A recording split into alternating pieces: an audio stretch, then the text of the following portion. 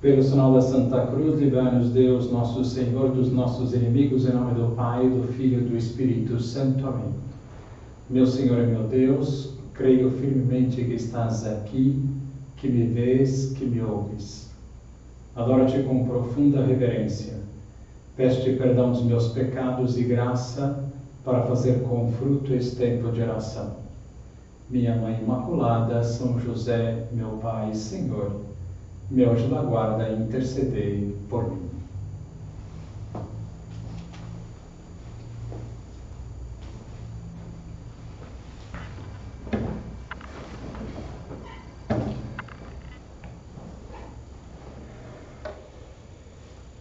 A virtude da esperança é uma virtude muito importante para a nossa existência terrena. Sem ela, não temos sentido para a vida. Qual que é o sentido da nossa vida? Qual poderá ser o sentido de uma vida quando não temos nada a esperar, nada de bom a esperar no dia de amanhã, no futuro? Sem a esperança não há um sentido para a alegria. Por que hoje eu vou me alegrar se o amanhã não será bom, se não há um futuro bom para nós? Sem a esperança, pior ainda, caímos na tristeza, no abatimento, na depressão. Perdemos o ar para respirar. Sem esperança é como se nós perdêssemos todo o oxigênio, o combustível para a respiração, começássemos a sentir-nos sufocados pela vida. Sem esperança, perdemos toda a motivação para existir. Outro dia falava com uma moça e ela me dizia desta situação que estamos vivendo em meio à pandemia, e ela não estava tendo nenhum motivo, dizia, para continuar existindo.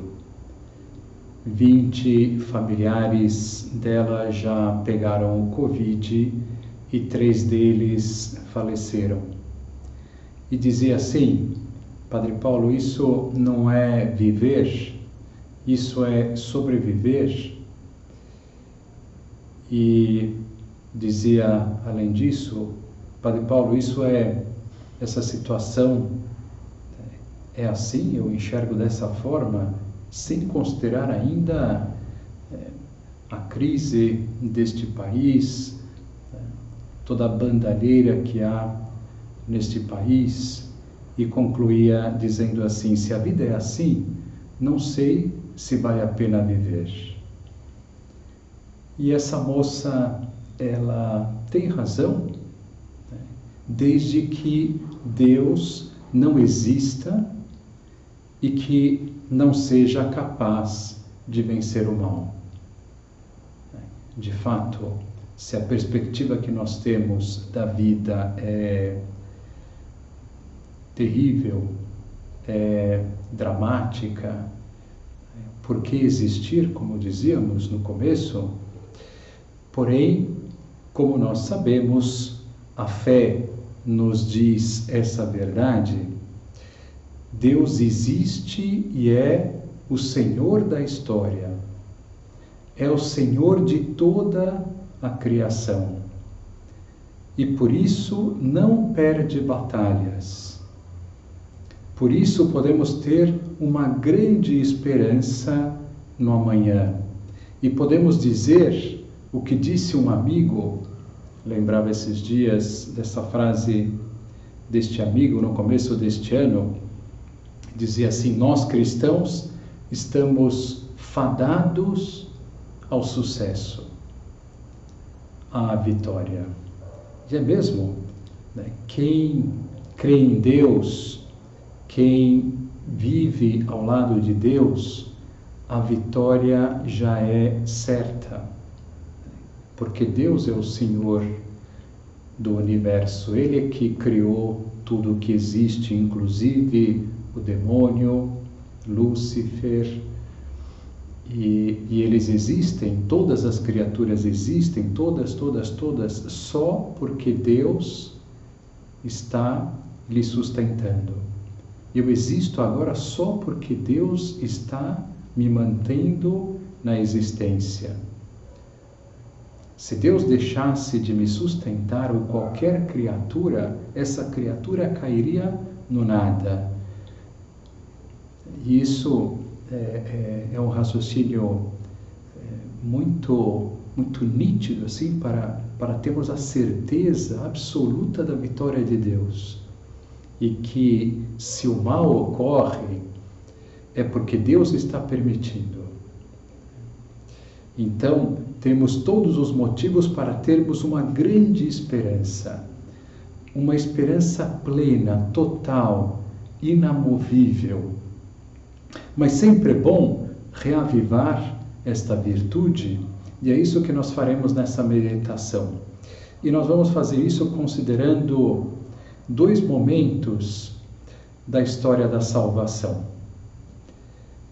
De fato, se nós recorremos à Sagrada Escritura, à Bíblia, lá nós vamos encontrar apoios, motivos, um atrás do outro, para termos fé, para termos esperança plena, total em Deus nosso Senhor.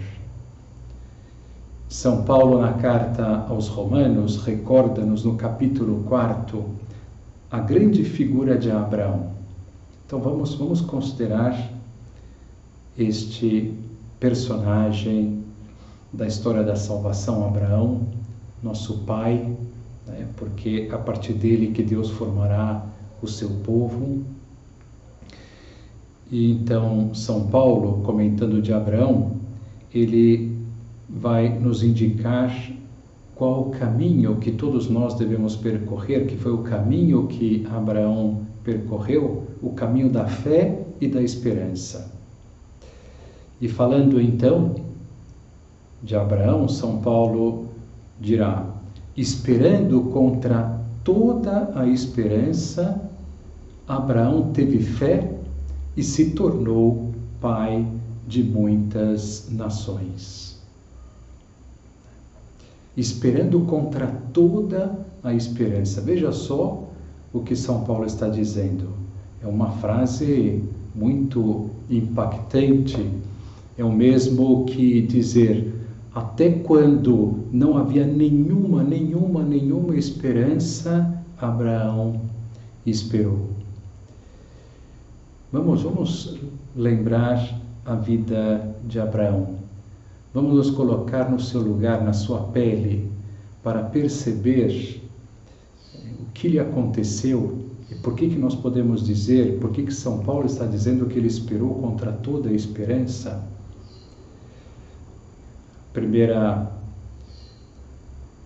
momento que aparece o Abraão na Sagrada Escritura é quando Deus o chama. É a vocação de Abraão. O Senhor disse a Abrão, aparece ali Abrão, porque só depois é que Deus mudará o seu nome para Abraão, que significa o pai de uma imensa nação. O Senhor disse a Abrão: deixa a tua terra, a tua família e a casa de teu pai e vai para a terra que eu te mostrar. Farei de ti uma grande nação. Eu te abençoarei, exaltarei o teu nome, e tu serás uma fonte de bênçãos. Abençoarei aqueles que te abençoarem, e amaldiçoarei aqueles que te amaldiçoarem. Todas as famílias da terra serão benditas em ti. Abrão partiu como o Senhor lhe tinha dito, e Lote foi com ele, que era o seu sobrinho. Abrão tinha 75 anos quando partiu de Harã. Tomou Sarai, sua mulher, e Lote, filho do seu irmão, assim como todos os bens que possuíam e os escravos que tinham adquirido em Harã, e partiram para a terra de Canaã, a terra prometida. Então, nós vemos aqui que Abraão, ele, ouvindo essa mensagem de Deus, que seria o pai de uma imensa nação, ele poderia duvidar dessa afirmação de Deus e carregar essa dúvida até o fim da sua vida. Por quê?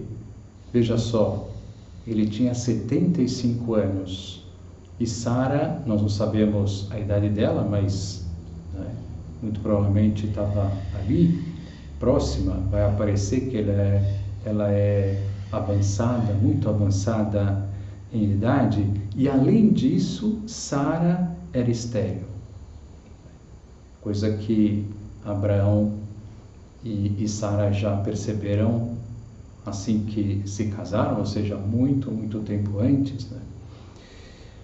Porém, acreditando em Deus, acreditando que o que ele viu naquela ocasião e ouviu era o próprio Deus, e não uma alucinação, uma miragem. E acreditando nas palavras de Deus, abriu-se a uma esperança irracional. Não tinha lógica, humanamente falando.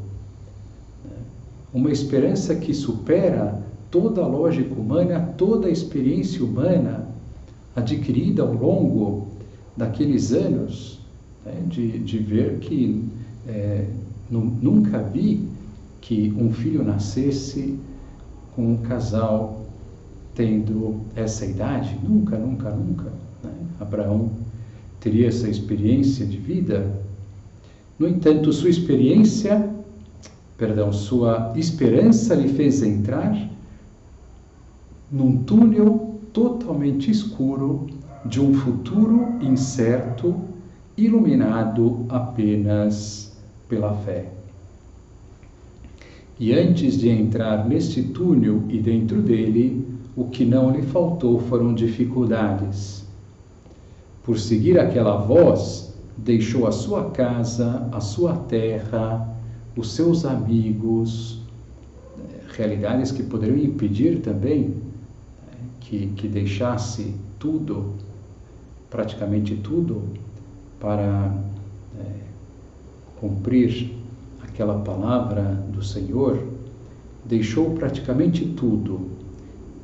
E depois, naquela época, essa viagem, uma viagem como essa, era uma viagem muito longa, cerca de 2.000 quilômetros lá de Harã, na Caldeia, na região de Ur, na cidade de Ur, até Canaã, atual Israel. Essa viagem durava meses e meses, podia durar um ano, mais de um ano. E quantos percalços passaria no meio desta viagem? E o tempo passava, muito bem, começou aquela viagem, e o tempo foi passando, os meses foram passando, os anos foram passando, e nada de ter um filho com a Sara. Depois de uns 20 anos, estando Abraão em Canaã, Deus se dirigiu a ele dizendo: Nada temas, Abraão, eu sou o teu protetor. Tua recompensa será muito grande. E Abraão respondeu com uma pequena lamentação: Senhor Javé, que me dareis vós? Eu irei desta vida sem filhos, e o herdeiro de minha casa é Eliezer de Damasco. E ajuntou: Vós não me destes posteridade, e é um escravo nascido em minha casa que será o meu herdeiro. Então a palavra do Senhor foi-lhe dirigida nestes termos: Não é ele que será o teu herdeiro, mas aquele que vai sair de tuas entranhas. E conduzindo-o para fora, disse-lhe: Levanta os olhos para os céus e conta as estrelas, se és capaz. Pois bem, ajuntou o Senhor: assim será a tua descendência. E Abraão confiou no Senhor e o Senhor lhe recompensou. Então, passados quase 20 anos, Abraão ainda confiava no Senhor que aquilo iria acontecer, porque já teria quase 100 anos de idade. Papa Francisco, considerando essa cena, ele vai dizer que nós aprendemos também isso do nosso pai Abraão, a rezar. Pois lamentar-se com o Senhor é uma forma de rezar. Por vezes ouço, quando confesso, o penitente dizer: Padre, eu me queixei com Deus. E eu costumo responder nessa hora: meu filho, pode reclamar à vontade, Ele é teu Pai, Ele é teu Pai. Ou seja, nós podemos ser simples com Deus, falar aquilo que sentimos, lógico que com toda simplicidade, com todo respeito. E essa cena, diz o Papa Francisco, teve lugar durante a noite, porque ele pediu para Abraão sair e olhar as estrelas. Então tudo estava escuro, e ele vai dizer assim: também o coração de Abraão estava obscurecido pela desilusão, pelo desencorajamento, pela dificuldade de continuar a esperar em algo impossível.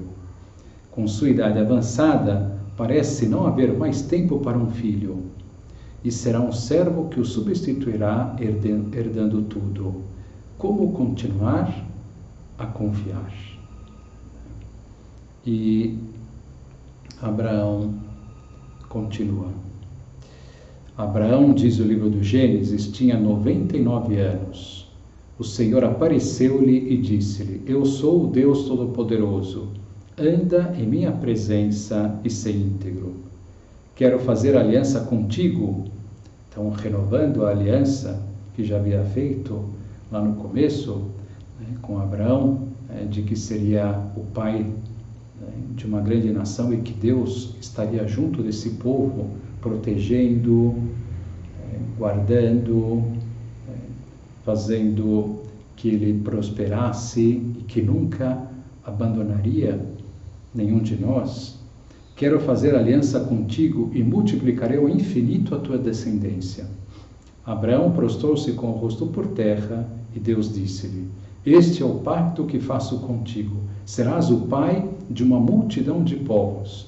De agora em diante não te chamarás mais Abraão, e sim Abraão, porque farei de ti o pai de uma multidão de povos.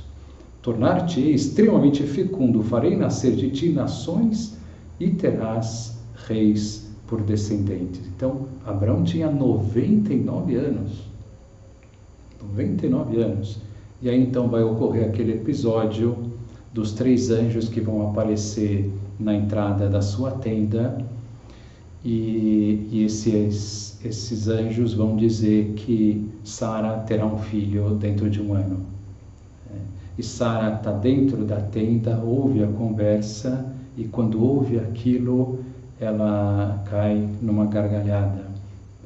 Assim, como que eu vou dar à luz um filho nessa idade que eu tenho? E foi o que aconteceu. E aí nascerá Isaac. O Senhor visitou Sara, como ele tinha dito, e cumpriu em seu favor o que havia prometido. Sara concebeu e, apesar de sua velhice, deu à luz um filho, a Abraão, no tempo fixado por Deus.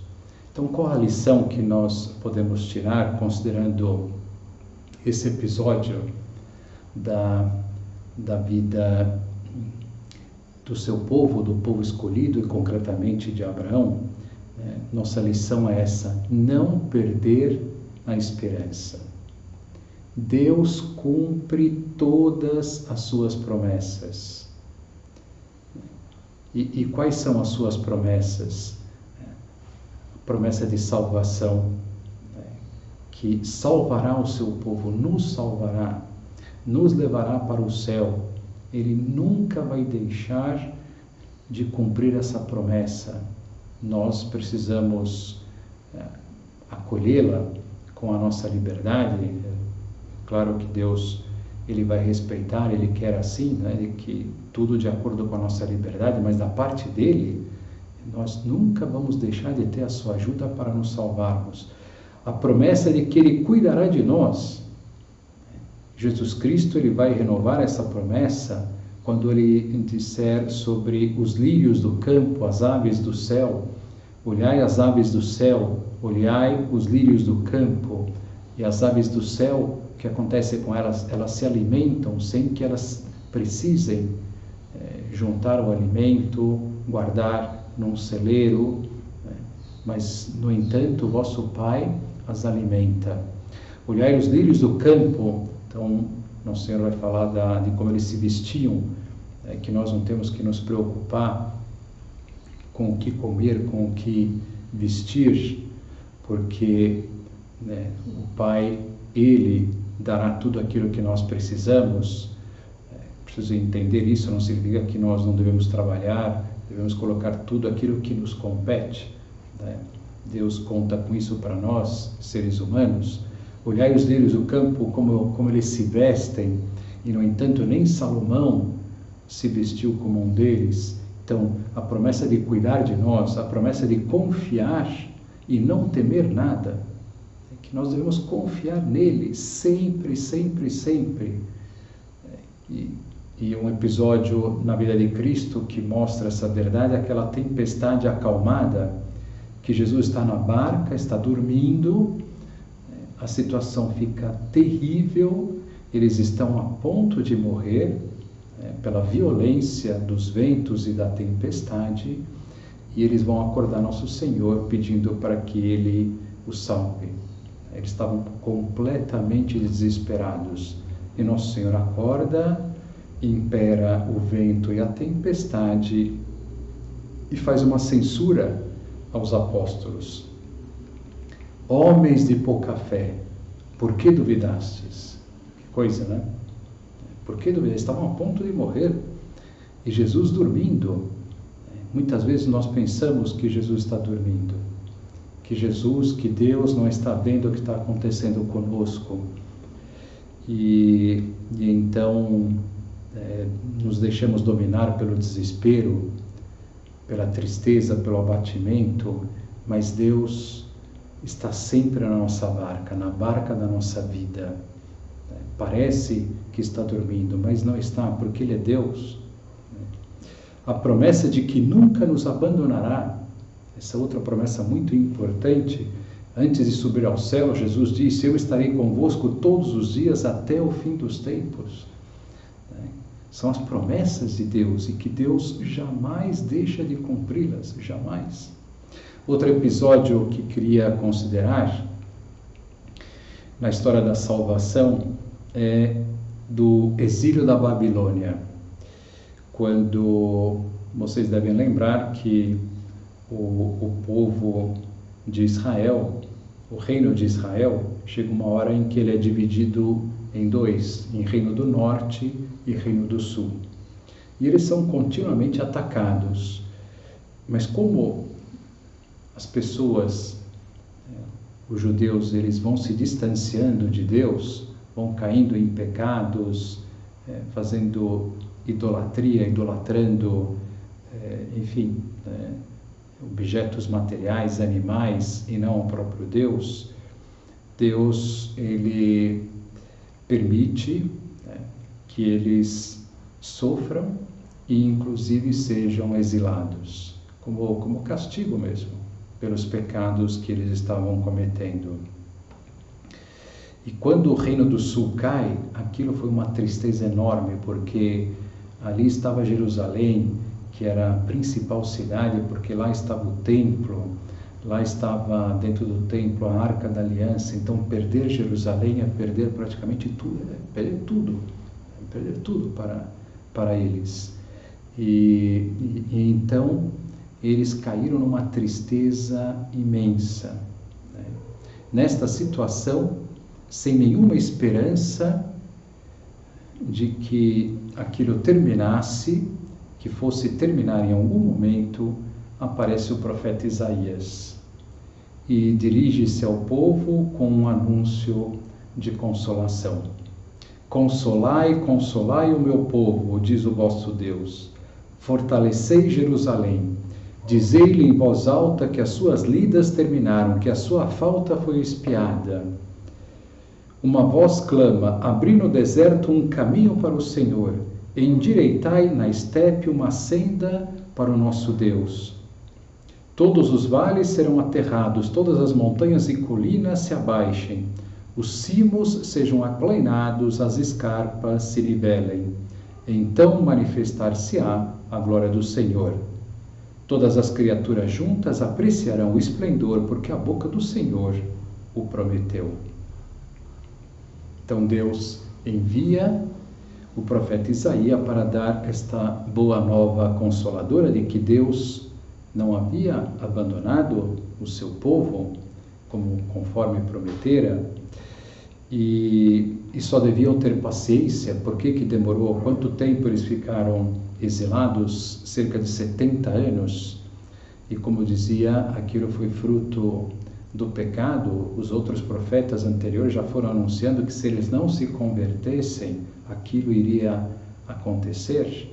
Mas apesar de tudo, apesar dos pecados, desse desvio grande do caminho, Deus continua sendo o Pai de todos nós, o Pai daquele povo, e jamais o abandonará. Para o povo, diz agora o Papa Francisco, para o povo a consolação começa com a possibilidade de caminhar pela vereda de Deus, uma senda nova, endireitada e viável, um caminho a preparar no deserto de modo a poder atravessar e regressar à pátria. Porque o povo ao qual o profeta se dirige vivia a tragédia do exílio na Babilônia e agora, ao contrário, ouve dizer que poderá voltar para a sua terra. Que alegria quando eles ouviram essa notícia, que agora eles podiam regressar. E o que Isaías dirá?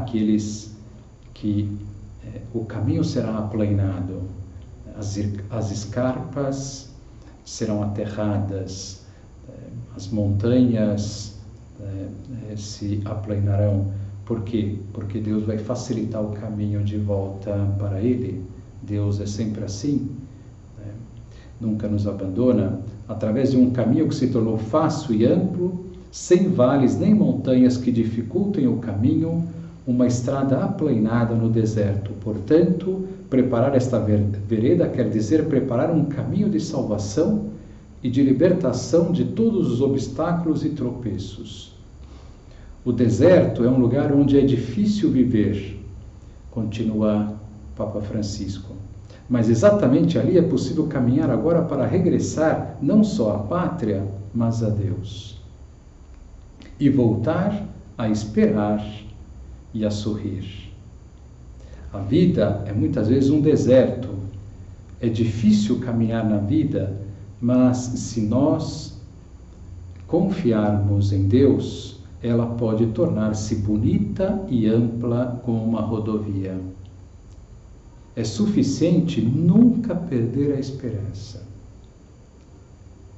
Continuar a crer sempre, não obstante tudo. Quando nos encontramos diante de uma criança, talvez possamos ter muitos problemas e dificuldades, mas o sorriso vem-nos de dentro, porque estamos perante a esperança. A criança é uma esperança. E assim devemos saber ver na vida o caminho da esperança que nos leva a encontrar a Deus, o Deus que por nós se fez menino, e far-nos-á sorrir, dando-nos tudo. Desenrolando a história da salvação mais adiante, quando estiver para nascer o Salvador, São João Batista preparará o povo para a sua vinda e dirá essas mesmas palavras do profeta Isaías de aplainar o caminho, que Deus está aplanando o caminho para irmos ao seu encontro, e ao mesmo tempo também nós devemos aplanar o caminho, ou seja, devemos nos preparar, e dizia que essa preparação é a conversão. Então, também o Papa Francisco, falando dessa situação, diz assim: quando São João Batista anuncia a vinda de Jesus, é como se os israelitas estivessem numa situação semelhante ao exílio da Babilônia, ocorrido 500 anos antes, porque vivem sob a dominação romana, que os torna estrangeiros na própria pátria, governados por ocupantes poderosos que decidem sobre as suas vidas. Que esperança o povo de Israel, naquela época ali, pouco antes de chegar Jesus Cristo, poderia ter, sabendo que eles estavam sendo dominados, eram dominados pelos romanos. Esperança de salvação, porque a mensagem da vinda do Messias era a salvação. Eles viam como a salvação, confundiam com uma salvação terrena, a instauração de um reino aqui na terra. E por que então poderiam ter essa esperança da vinda de um Salvador que mudaria tudo? Mas esperaram. Muitos souberam esperar, porque a verdadeira história, termina o Papa dizendo, não é feita pelos poderosos, mas por Deus. E esta é a nossa esperança. Deus é o Senhor da história, o Senhor do universo, e é todo-poderoso, e é Pai, e nos ama infinitamente e cumpre todas as suas promessas. Nisto se funda toda a nossa esperança.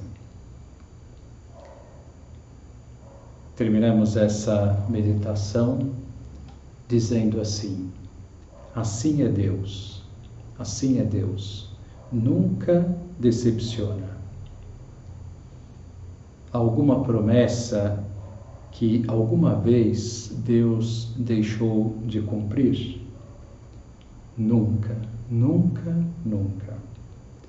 Apoiados na fé nestas verdades, vamos crescer na virtude da esperança e nunca mais deixar-nos abater pelo desânimo, pela tristeza, pela depressão. Contemos sempre com a ajuda da nossa mãe, que costumamos nos referir a ela dizendo que é a nossa esperança.